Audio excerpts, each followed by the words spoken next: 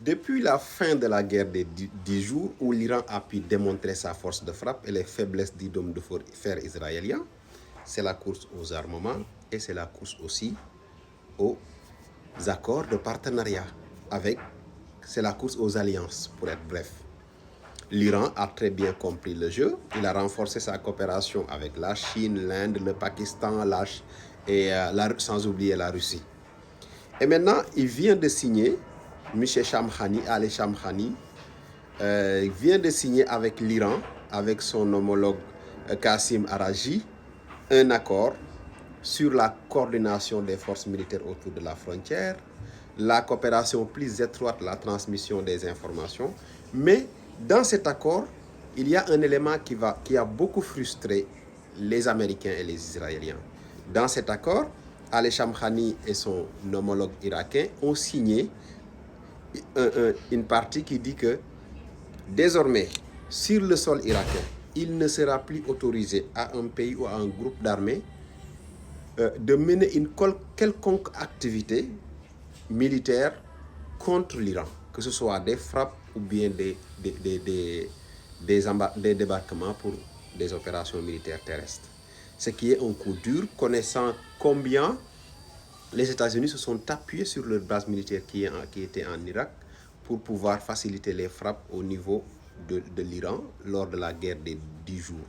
Et cet accord a été signé au niveau de la frontière dans la zone kurde occupée par des Kurdes iraniens, ce qui est, à mon avis, une excellente chose. Parce que si l'Iran parvient à éloigner de plus en plus ses ennemis de ses frontières, c'est déjà un avantage. En réalité, c'est une politique pareille que Moscou a développée, ce qui a même conduit à cette guerre-là, avec le désir de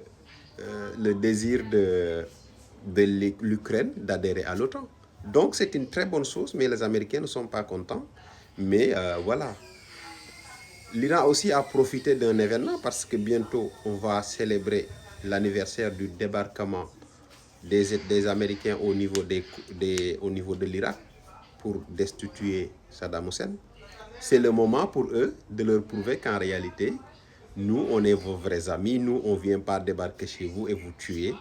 Voilà, ils ont tout fait pour jouer sur cet événement-là, jouer sur la fibre et sur les blessures, pour obliger ou bien pour pousser les autorités irakiennes à accepter un tel accord. Et je pense que ça a été très intelligent de leur part, parce que dès l'instant ils ont un argument solide. Les Américains qui vous disent de ne pas signer cet accord-là, c'est les Américains qui vous ont attaqué, qui ont fait plus de 1 500 000 morts.